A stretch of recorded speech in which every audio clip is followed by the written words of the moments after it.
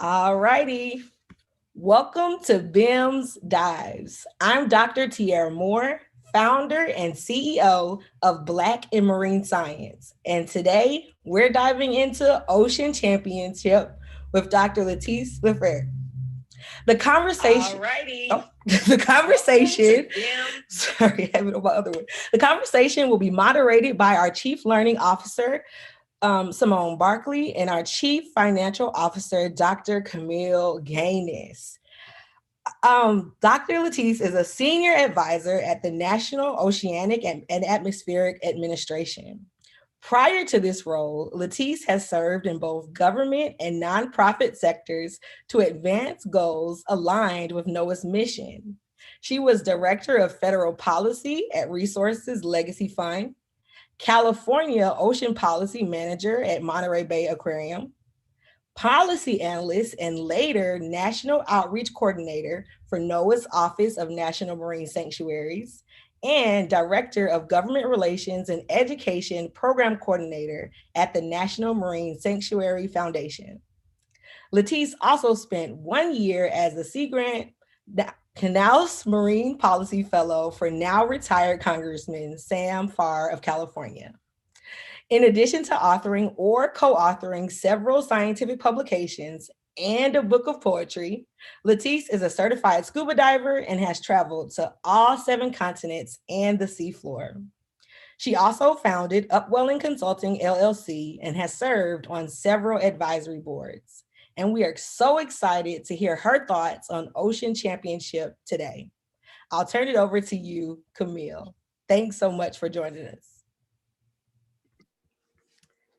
Thank you. Thank you so much, T. And thank you, Letise, for being here with us today. We are excited to talk and chat with you.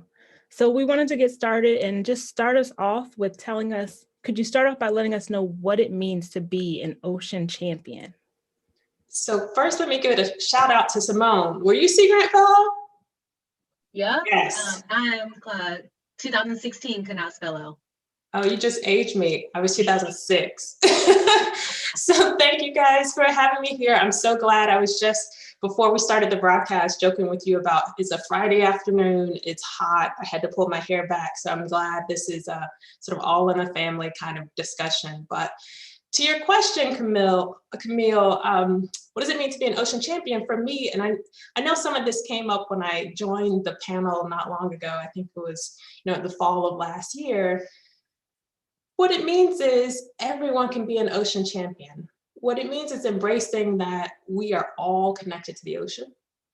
There's one connected ocean and it's connected to all of us. So it doesn't matter where you live, if you're on a coast or if you're inland. It doesn't matter if you're a scientist or an artist. It really is about taking your passion and recognizing that we all have a role in sort of saving this planet. And to do that, it means sort of being a champion for the ocean. It means that, your weather comes from the ocean. The ocean drives climate. So we're always talking about climate change as if it's an atmospheric issue. The climate system is driven by the ocean, right? So just thinking of those things. Every other breath we take, it's because of the ocean. So the whole idea of being an ocean champion is just stepping back and saying, I see myself in it, right? And I need to fight for it. If that's through the stories I tell, or the photographs I take, or the research I conduct, or just the network I build, right? It's part of it. So that's the whole idea of, you don't have to train to be an ocean champion, but you have to have your heart in it to do it, right? We need everybody to be a part of that sort of fight. Letise, just to follow up, when did you realize you were an ocean champion? Okay, so my mother says it was when I was 4, obviously. I don't remember that, but I grew up in Chicago.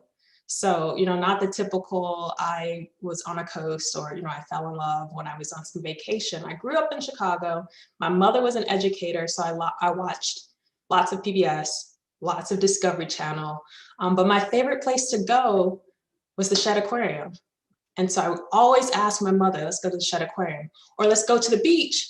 But it wasn't just to play in the water. she realized that I was actually looking for stuff, and I was trying to catch the fish and, trying to figure out what's in it. So when I was 4, we were walking along the pier in Chicago. She was holding my hand and I jumped because I saw something swim by. Fortunately, she was holding my hand. So she just kind of did the jerk. She's like, girl, what are you doing? You scared me half to death. I saw something. So it wasn't until I was in 7th grade when I could sort of voice, what is this thing? I really want to learn more about this. So, I didn't have Google. Mama sent me to the library. She was like, go figure out what this is you want to do. And so it was about 7th grade when I really started to decide I want to be a marine scientist. And especially I'm interested in the biology, what's happening, what's living in the ocean. So after research and again, always going to the Shed Aquarium, I started doing a high school program at the Shed. So after school, I was going to the Shed behind the scenes, let me learn more. I got my diving certification in a lake outside of Chicago. So not Lake Michigan, but a quarry. So it was cold and dark, but I was determined. It's like, I am doing this thing. So by the time I went off to college, I knew that I wanted to pursue marine science. I was already, doing scuba and all those things. So long story short, my mother knew before I did, but about 7th grade, I'd say I was sure. And I haven't changed from that path. You meet a lot of people who say, I used to want to be a marine biologist, but I became X. So once I decided, I was on it, and it's been great ever since. That's great. That's great. I think a lot of us have started our journey, even when we didn't realize we were ocean champions, we still were on that path. I know I can relate to your story, just starting off early and talking to my parents. They were like, oh, you've always been interested in the water. But at the time I didn't realize that could be a career, right? It was just like a curiosity thing, something I liked, a passion. I encourage those who are listening to use the comment section to tell us what they think an ocean champion and how they are an ocean champion in the comment section on YouTube. Yeah, so thank you, Letise, for giving us a little bit of your background. And just like Camille could identify with some of the things that you were speaking of, I definitely can as well, growing up in the city and actually at Baltimore. Baltimore. Yep, from Baltimore. And actually, listening to your story, you're talking about like how your mom was an educator and my dad was an educator or is a teacher still. And, listening to you mention how you loved going to Shed Aquarium and how you did the high school program there. I actually did the high school program at National Aquarium when I was in high school. And it is really what solidified my choice to study marine science as well. I was put into these exhibits and was, communicating science to the guests here and using props to talk about, about the habitats and about the animals that live in them. And it's so, it's really refreshing to hear the power of like these informal learning institutions like aquariums and how much they have like an impact on people when they come to visit them. So really love to hear you talk about that.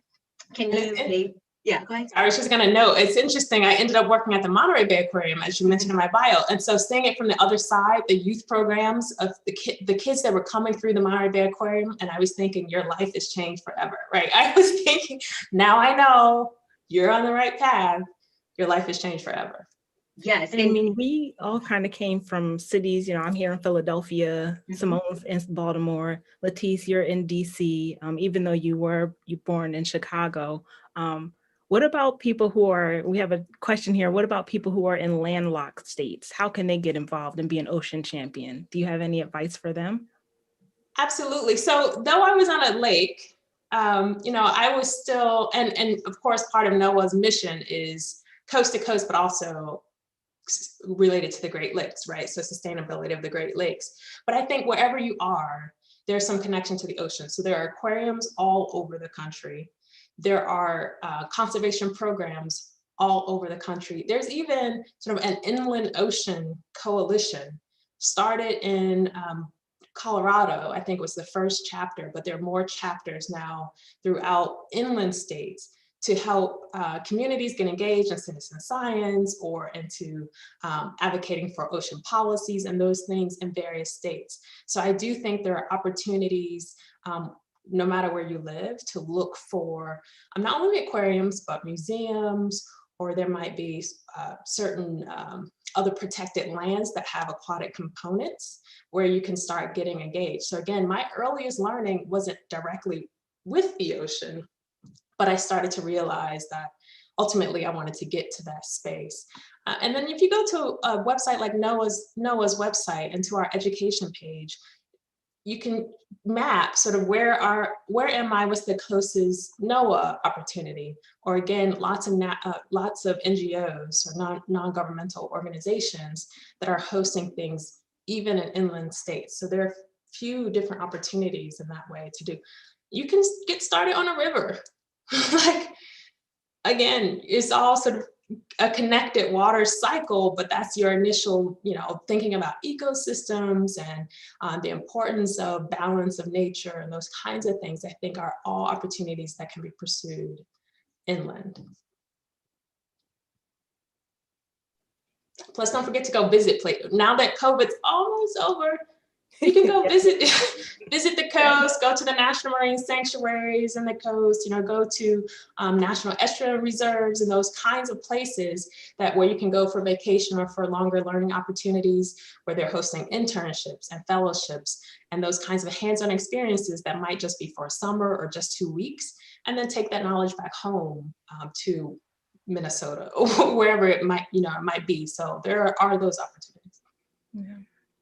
Yeah, and I'm very happy to hear you, make the suggestions about, even if it's just like a 2-week program, to still get involved, because, you never know how that 2 weeks might change your life, or how that might, help you to get a little bit closer to what you want to do. And so I'm really hoping that everyone that's listening listens to Letise's suggestions, because that, I think, is probably one of the biggest things that I think all of us have kind of learned, to take as many opportunities as you can. It's so fun and exciting to, to try something new and to learn about the things that you're interested in, or the things that you may not be interested in, but you can still be an ocean champion, no matter what.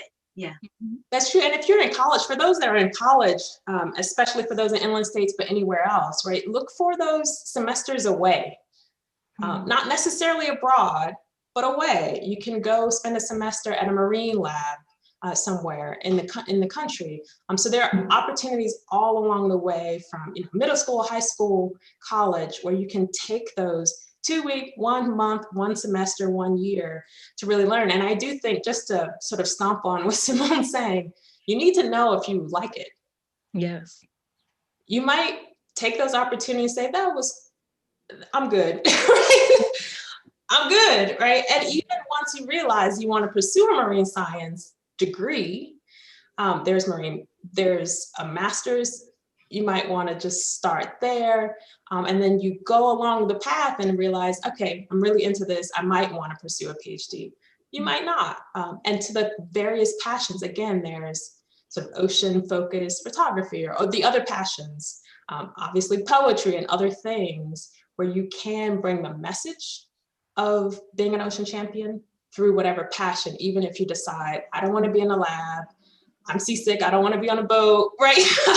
This isn't for me from a marine science perspective, but all those other disciplines can support sort of advocacy for the ocean, or could be a voice for the science, because often we don't have enough scientists who can communicate about their science, right? Can communicate to the public, can communicate to policymakers and others. So there's still a role even for, but definitely should know if you want to do it. Yeah. I mean, I just look at all three of us, right? And I think we're all ocean champions, but we have very different roles, right? And so I think what you guys just said is very important, like knowing, like just trying it out. Even if it's something at the end, you're like, oh, that wasn't for me. There are still ways you can be an ocean champion. It's not one box that you have to fit in to be an ocean champion. Absolutely. Camille, are there any more questions? No more? Not right now. Okay, and so I really also enjoy you when you're sharing about, the power of education, not and being an educator, since I'm also an educator. So can you maybe talk a little bit about how you see the connection between being an educator and being a marine scientist, and the value of both of those, both of those being the focus of your work? Well, first, none of us would be marine scientists without good marine educators, right? Facts. Right. So let's start there. They're the foundation. Educators are the foundation for what we do. But as a scientist, what I found was it was important for me to at least continue to be engaged in education and outreach. So as you saw in some of my titles, I always had a sort of a tag on, because when I was in the Marine Lab at University of Delaware, it was a remote place. The lab is down in Lewis, Delaware, so sort of out of nowhere. But we had these schools that didn't even know what we were doing in the lab up the road, right? And so for me, if I had a break between samples, or I knew the tide wasn't right and I wasn't working in the lab all day, I tried to schedule to go do programs at the middle school and just show them what I was doing, right? Just, I'm here in your community. I'm not from here, but I'm now part of your community. Look at what's right up the street from you, right? And so just starting early from that perspective, and as you said, Symone, we both have educator parents, so it was in my core. Also, I was always going around with my mother for various events and as an educator. So that just stayed a key part of what I wanted to do. And so when I ultimately got to the Monterey Bay Aquarium, it was sort of the marriage of all the things: science, policy, education, and outreach. And so it's just been important because, just to that question on the inland ocean issue, if people don't know that the ocean is essential to their lives, if they don't know that they can do something to protect it, conserve it, they don't know there's no planet B and this one depends on the ocean, right? If they don't even know how important that kind of connectivity, where are you getting your bananas and your seafood and your air and your water, like all of it is dependent on a healthy ocean, right? So I just think it's important to sort of meet people where they are, see what they care about, and say, hey, by the way, this ocean over here, right? This thing, you might have missed it, 70% of our planet. So I think that's why it's just stays such a core part of what I do, to answer your question. Because it doesn't matter if I do it in the lab and I keep publishing, if most of the nation won't read that. If the decision makers could care less, or they might see the science, but they don't know how it informs their decision, right? So there's still that sort of translation of science, applying the science. So I just kept that as part of sort of every stop along the way of my career. That was a key part of it. Yeah, I don't want to talk about this for too long, but Camille is probably like, Symone is probably. No, not at all. This is a great convo. Because, that's exactly like how I feel, I did my research at Del State, so I know exactly the lab you're talking about at UD, because we partnered with UD to do the research that I was doing at Del State. And, and I felt the same way that, I wanted to bridge policy and science and education. And it's so important, when we go into schools or do outreach, to make sure that people understand how it affects them. And I really, like what you said when you mentioned that, ask them like what they care about, and then, because there's always going to be a way to connect whatever people care about, whatever they're interested in, whatever is important to them, back to the ocean, like almost every single time, right? And so if we can always continue to do that, then hopefully we're going to be building up more environmental literacy, right? More people that in ocean literacy, more people that care about the ocean, and, not just how to protect the very fascinating and amazing organisms that live there, but also for our benefits too, because the ocean definitely benefits us. So I'm very, very happy to hear you talking about this stuff, and to be able to identify with it, and to know that, like, I wasn't crazy for thinking the same things either. Yeah. I mean, and of course, there are direct and indirect benefits. I mean, people won't know that some of life-saving medicine came from the ocean, right? Even those kinds of things, as you said, anything that some person cares about, we can tie it back. I think it's important not to sort of just go in saying, hey, the ocean is important, do this to save it, right? But making that connection, building those relationships, getting people involved so they take ownership of their piece of it, right? Yeah. Whatever it is, their piece of it, because no one of us is going to save, right, the ocean or save the whales or save coral reef over here, or, you know, whatever it is over there, right? It really is about taking some ownership in the space you're in, and doing what you can, right? Yeah. So moving on to our next question, could you tell us a little bit about how you translate the science into your policy work? You kind of touched on that a little bit, but you know, we have science and you can put it in different, you know, for different audiences, you have to change it. So how do you do that in your position at NOAA? Well, so, and I'll back up just a little and just say, you know, while I was at University of Delaware, because there's such a strong marine policy program there, I was able to start taking sort of policy classes. Let me test this out, right? Again, it was let me test this out. I'm doing this science over here and I'm realizing it can have implications for the blue crab fishery, because that was my research, blue crab larval dynamics. So what are the implications for the blue crab fishery? Because they're serving buckets of blue crabs, you know, right up the street, and the fishery stressed out. And then so through that, I started doing the policy courses. I was able to do a UD sponsored policy program in Rio for a few weeks, sort of just an exchange to get a sense of how would I translate what I know from the US to a different audience. And then of course the Sea Grant is a marine policy, the Canals Fellowship is a marine policy fellowship geared especially for scientists. There's some lawyers that participate, but especially for scientists, how do you now take what you know and answer questions about things you don't know? And how do you make the right policy decision based on that? And I'll just say that there's, in my opinion, in my experience, there is no right answer in policy.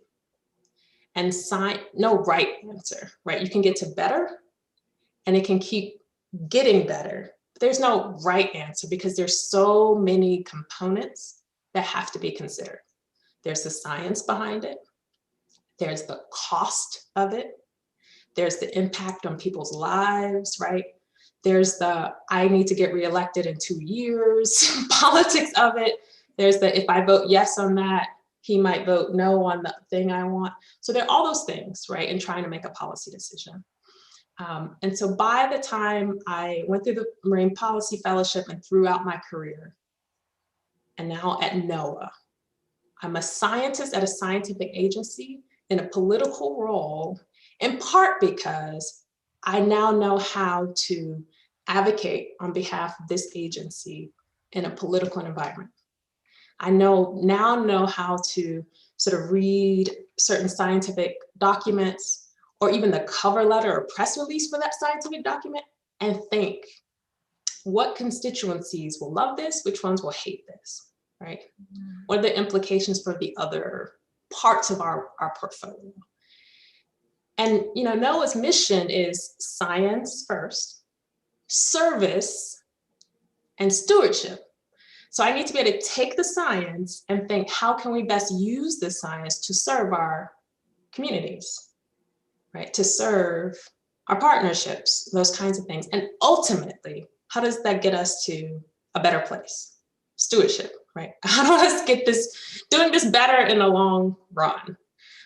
So in my role now as senior advisor, that's the lens I'm using. But all along the way, the science is still a foundation. So now I know which questions to ask from a scientific perspective, and then I can understand the answer. And then from a policy perspective, I can say, and then why do I care? And why does the Secretary of Commerce care? And why will that member of Congress care when we release this thing? So I think that's, to get to your question, Camille, that's that's where this role is key. It is bringing those things together. And even I can credit my PhD process. So the process of, even though of course I'm not working on blue crabs anymore, right? I'm not out on a boat.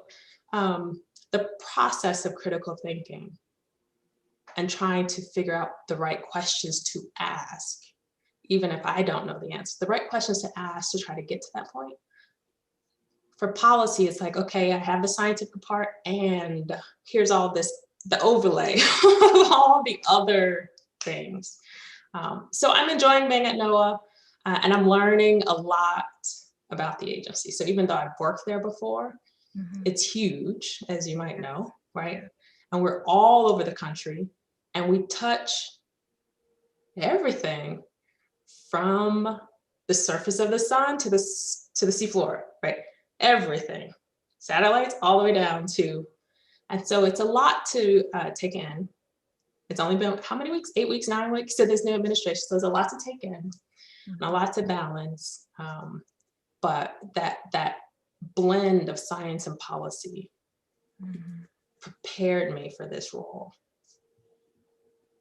Yeah, in undergrad, I had a NOAA scholarship and I spent a summer working at the headquarters in Silver Spring.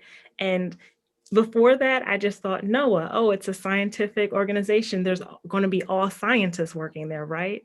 Not the case. There were economists, there were attorneys, and it was very eye-opening for me, like, oh, wow, they're all a part of this team, you know, making the policies, enacting them, executing them, which I thought was very interesting and eye-opening. Most of the people I actually worked with were economists, thinking about how, you know, the science in our fisheries and the national marine fisheries and the catches, but how that equates from an economic perspective, which is something as a scientist I had never necessarily thought about, right? Like, at least on that scale. So yeah, it's interesting that you say campus. Silver Spring's just the main campus, right? So we have 12,000 employees all over the country, plus thousands of contractors and partners, right? So, yeah. And we're increasingly trying to get more social scientists. We have some, and that's, I think, a key part of what we will continue to try to grow at NOAA, the social sciences.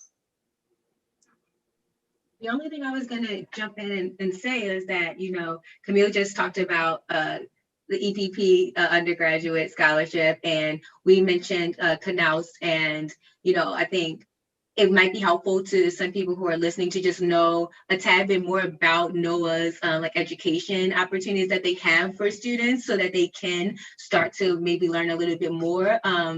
So Letise, if you want to talk about, you know, the Gaynus Fellowship or any other things that you want to share, and then Camille and I both had EPP, so either one of us, I think, can share that as well. So first, you know, for the acronyms, back in government, it's so hard to get. Yep. The Educational Partnership Program, one of our education programs that partners with minority serving institutions. So I'll let you guys talk more about that. But the Gaynus Fellowship is one of the fellowships that comes through the NOAA Sea Grant network. So NOAA Sea Grant serves all of the coastal states and Great Lakes, and we partner with universities and what we call our extension agents, so other experts on the ground. But one of the premier fellowships within Sea Grant is the Gaynus Marine Policy Fellowship. So typically it's toward the end, before you finish your PhD or JD, you can apply for a policy position either on Capitol Hill, so a legislative fellow, or you can do what we call our become an executive fellow through Sea Grant. And fellows are placed throughout federal government. Now, it used to be just NOAA offices, but now other federal agencies are saying, we want in on this. These fellows are top notch, right?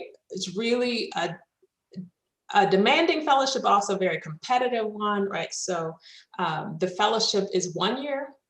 It went very quickly, but 1 year working in one of these host offices before you apply, before you finish, you can finish your degree in the midst of it.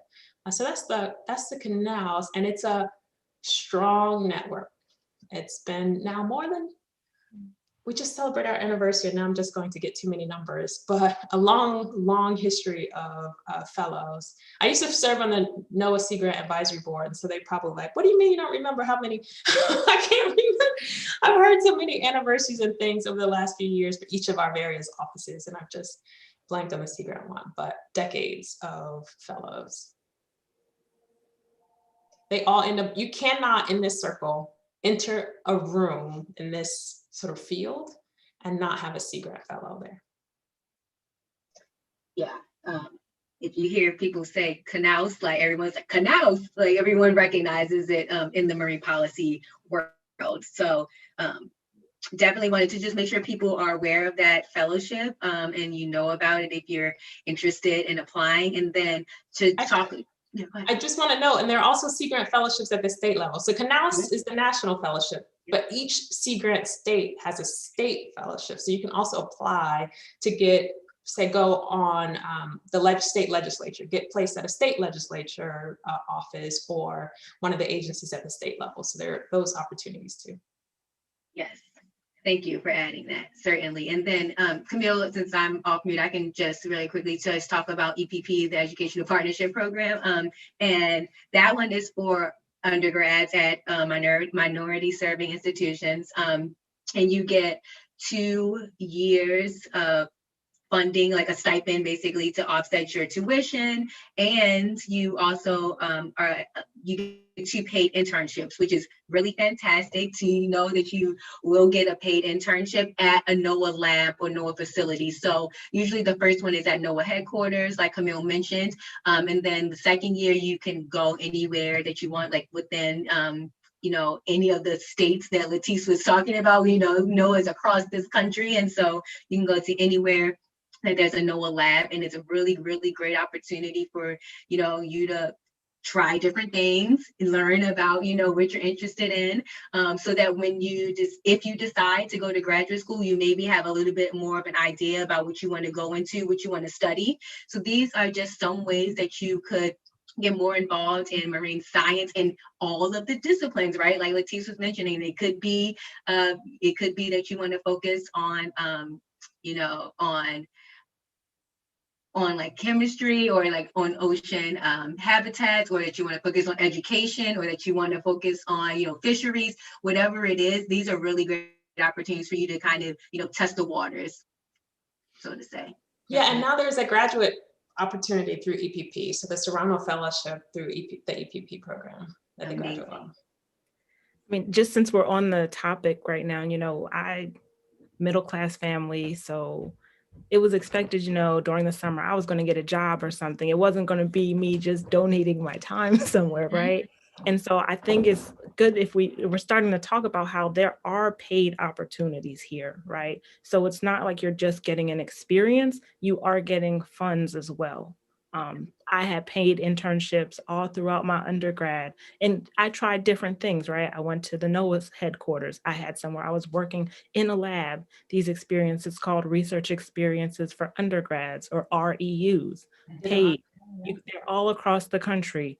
So we're talking about these things, but there is a monetary aspect as well that should not be forgotten, especially when we're talking about getting more diverse, involved and interested in marine science. I think like my parents, they didn't know about being a marine science. It was really, they learned through my experience, and they were more willing to be involved with it because it's like, oh, wow, Camille's getting scholarships. She's getting internships. Like, this is something they encouraged me to do because of that. So don't think that this is something you have to go into debt to explore or just donate your time. That is not the case at all.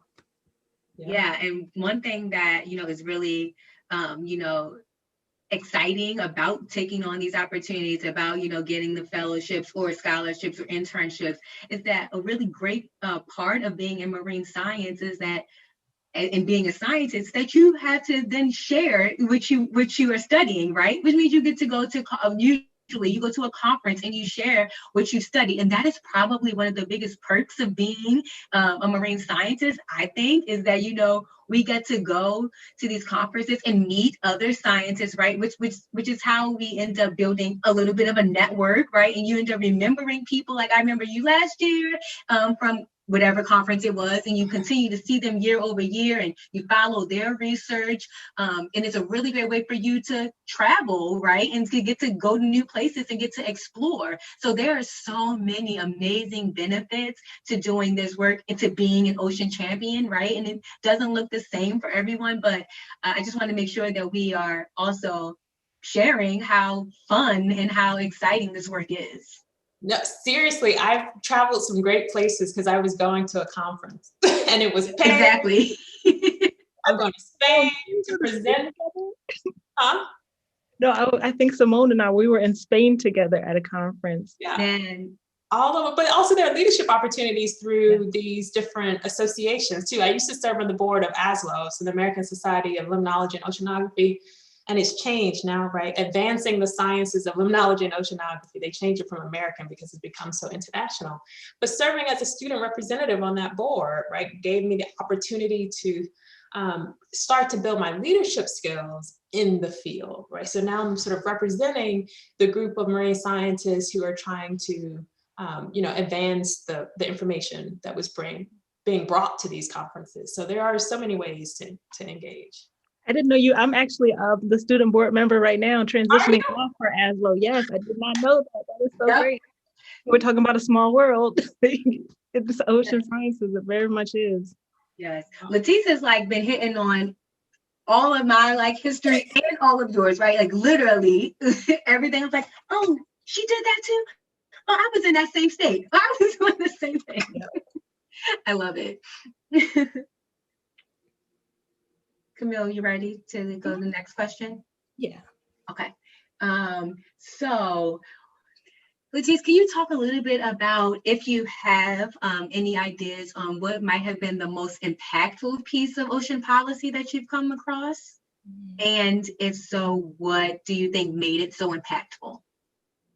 Yeah, so that's a hard one. I got a sneak peek at that question. I still not sure if I know.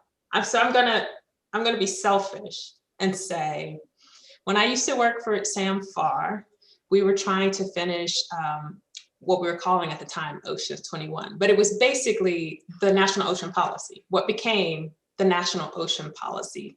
And though that policy became somewhat partisan later, pieces of it moved through the Obama administration, but basically set up something similar to, you have a Clean Water Act and a Clean Air Act. You have some overarching statute that manages a system, but there wasn't anything like that for the ocean. There were pieces, the Marine Mammal Protection Act, right?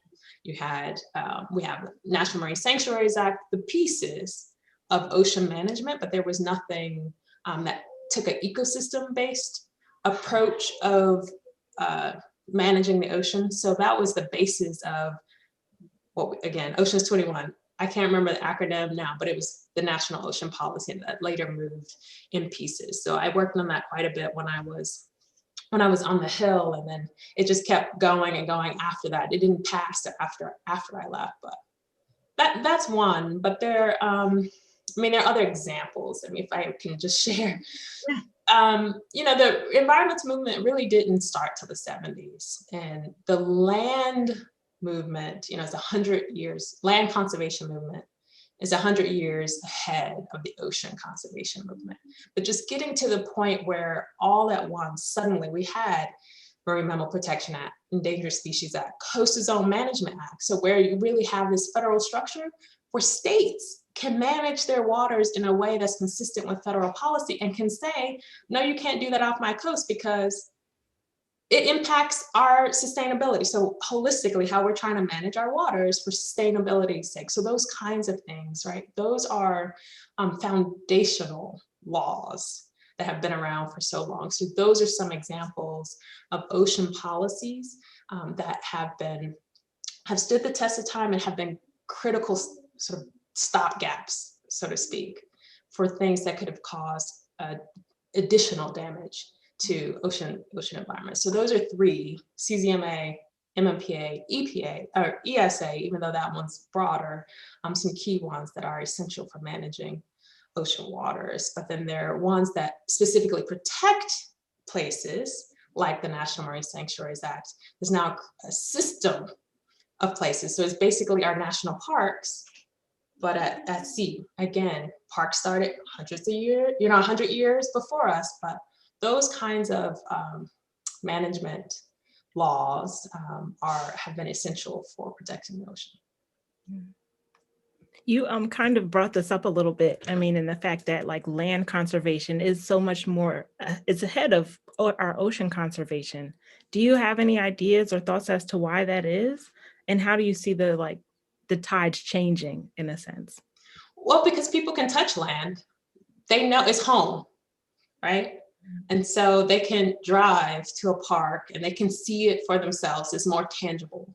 Whereas even people that lived along the coast don't necessarily have access to the ocean, right? They might stop at the beach, but they just see the surface. They splash around, they have a good day at the beach, if they can get to the beach. Again, there's an access issue. And that's it. But they don't, you don't every day get to go to the bottom of the ocean. You don't get every day to even go out to a vessel a little away from shore. You don't get, for many people, any point in their lives, get to do anything beyond the surface, right? Beyond the surface of the ocean. So it's that kind of lack of being tangible, out of sight. They couldn't see that there was waste being dumped into the ocean because before the science continued to evolve and increase our understanding, there was just this thought that it went away when we dumped it to the ocean. The ocean was bottomless, so broad that it would dissipate, the pollution, would just go away. And now we know better. Now we know you can put too much waste in the ocean.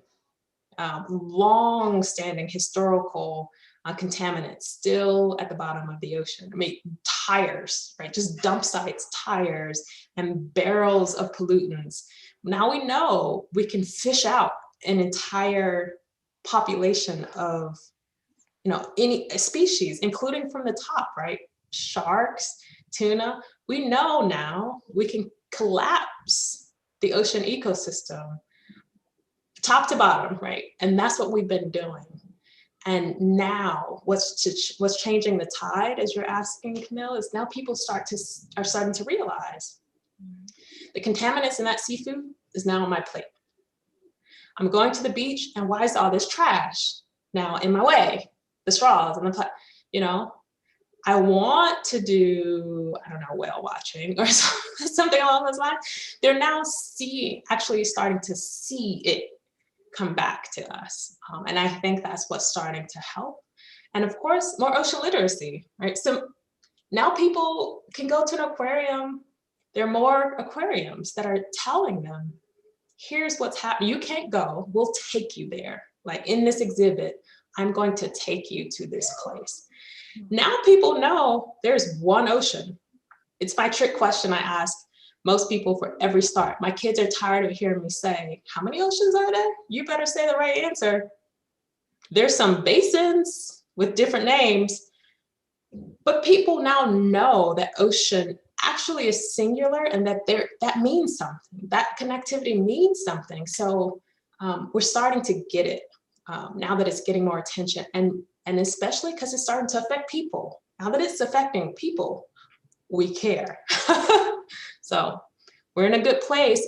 And I'll say, like technology, I guess, even though ocean conservation is 100 years behind, it's exponential, it's increasing at an exponential rate. Sort of the awareness, the advocacy, and the action is happening at an exponential rate. Whereas it took 100 years for people to go, oh yeah, parks mean something.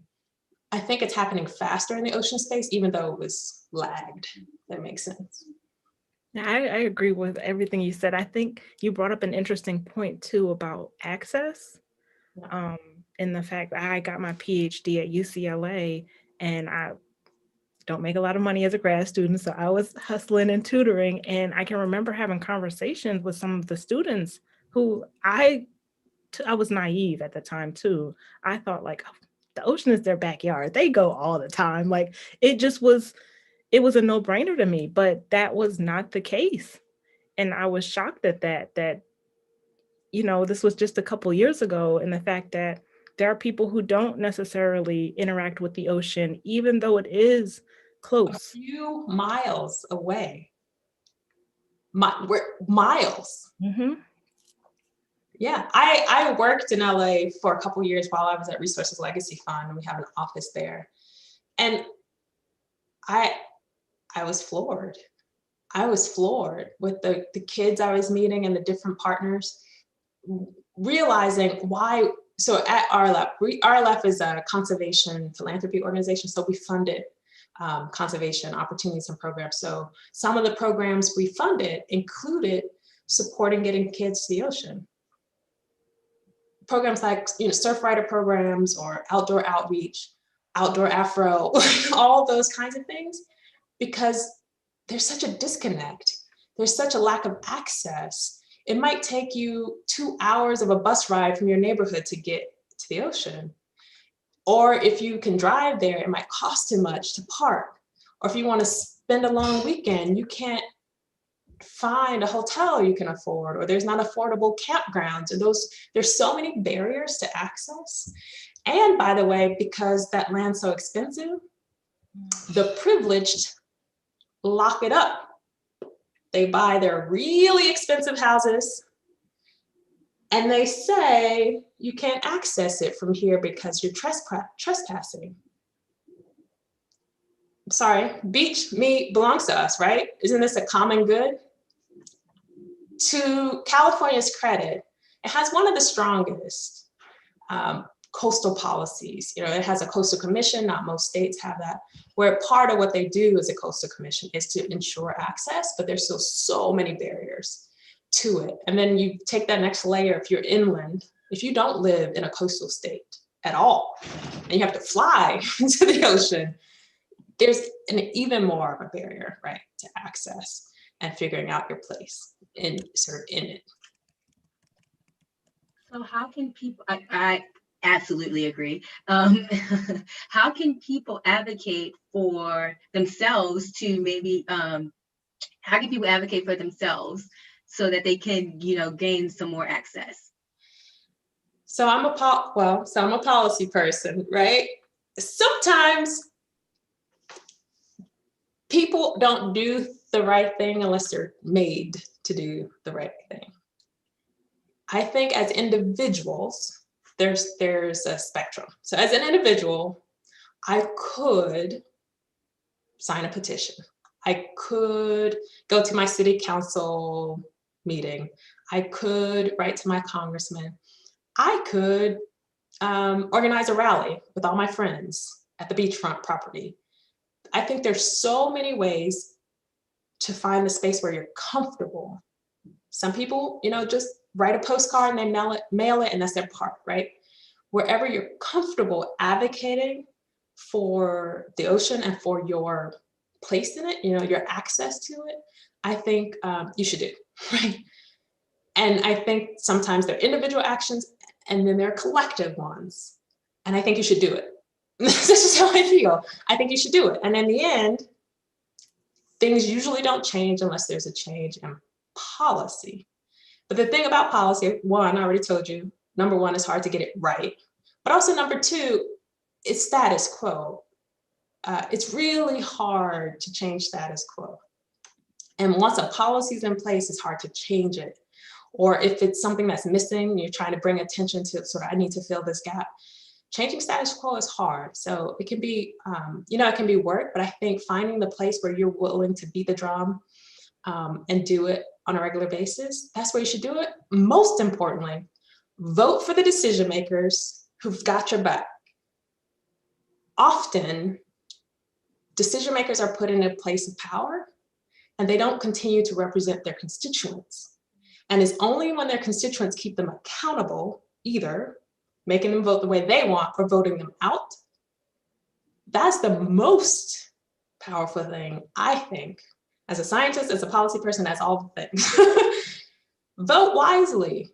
If that's the thing you care about, which candidate is going to help you do that? And where can you access your decision makers? Again, it could be very, very, very local, but if you're able and willing to go all the way to Congress, go, do it. So I think find your space to make your voice, heard, and there are different opportunities to do that. And I'm going to say disclaimer, because I'm a federal employee, I'm not endorsing any candidate of any kind anywhere. What I'm saying is it's really important for the American public to hold us accountable. Us as federal employees, we should be held accountable to serve the American people. That's why we're here. Thank you. Actually, we have a question from someone, and it's along the same lines a little bit about what you're speaking on. And so the question is, how can one get involved in ocean policy without going the traditional route of like ocean science? And I think you talked a little bit earlier about how you got a little sneak peek into, policy by taking some classes while you were at UD. And then you just mentioned a little bit of some things that people can do to find their own voice. Is there any, or own space? Is there any other, suggestions that you have for someone who might want to learn a little bit more about ocean policy? Yeah, again, I'll first say through NGOs, through non-governmental organizations, wherever you are, in whatever community you're in, whatever issue you're passionate about, there's going to be a nonprofit organization that's working on that issue.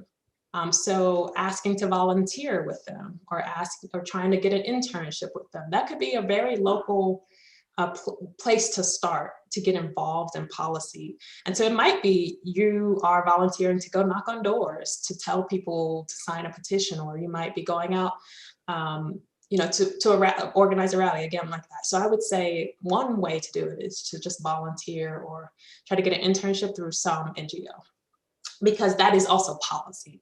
It doesn't have to be policy making from the, you worked on the Hill or you worked in a government agency necessarily, but that's still policy, playing a role in policy by doing advocacy for some policy.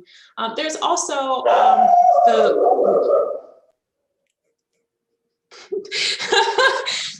she's a guard dog, somebody just walked by. But there are, if you are interested in government, just remembering there's still the local, the local mayor's office or the council, or there are all these different branches of local government where you can get started. And then of course, there are all the fellowships that we talked about, right? There's the chance to do different kinds of fellowships. So it's, again, a range. I would start local.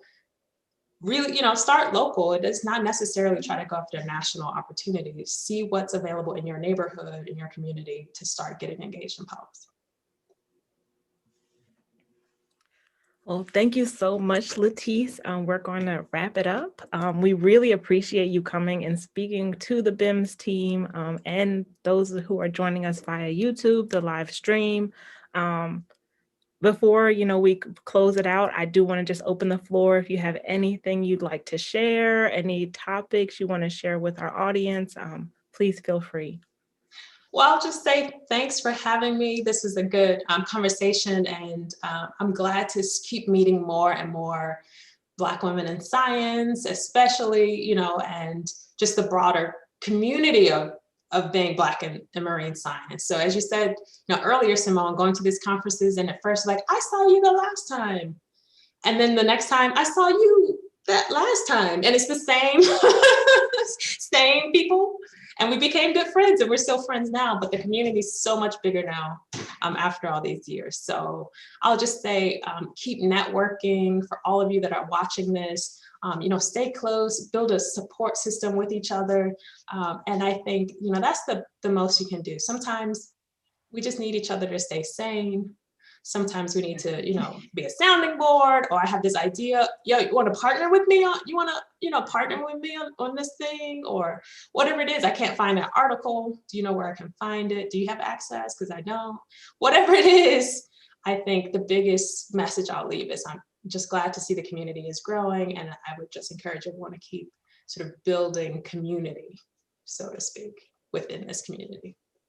Yeah, thank you so much for that. And I just wanted to also say T's back, which is fantastic. She's probably trying to we're going to wrap us up. But I also wanted to say, that's what we are trying to do with Black in marine science, right? Is to build community, to build a network, to make sure that, because Camille and T and I would see each other at conference. We all went to Hampton, but we also would go to these conferences and see each other year over year. And like you're speaking, this field is growing, right? The community is growing. There are more Black people that are staying in the field, and we want to be able to keep them here. And that's what we are doing in Black and Marine Science, trying to build that camaraderie, trying to uplift one another, to support one another, so that we can all continue to be successful and all be ocean champions. So So you all got touched by Ben Suker, huh? yes, we know Dr. And we're taking his credit off top. I'm gonna give Ben some credit because he touched me too. Yes. Thank you, ladies. Oh my gosh, that is so hilarious. All of us. Yeah, Ben has his hand in everything. So shout out to Benjamin Suker. Thanks so much again for joining us. This was an awesome conversation. Thanks so much to our audience. Make sure that you tune in, stay tuned to BIMS TV. We have so much coming. Of course, our BIMS Bite series airs every Friday. And then tomorrow we have our BIMS Bites Kids. And we'll have our next BIMS Dives at the end of April.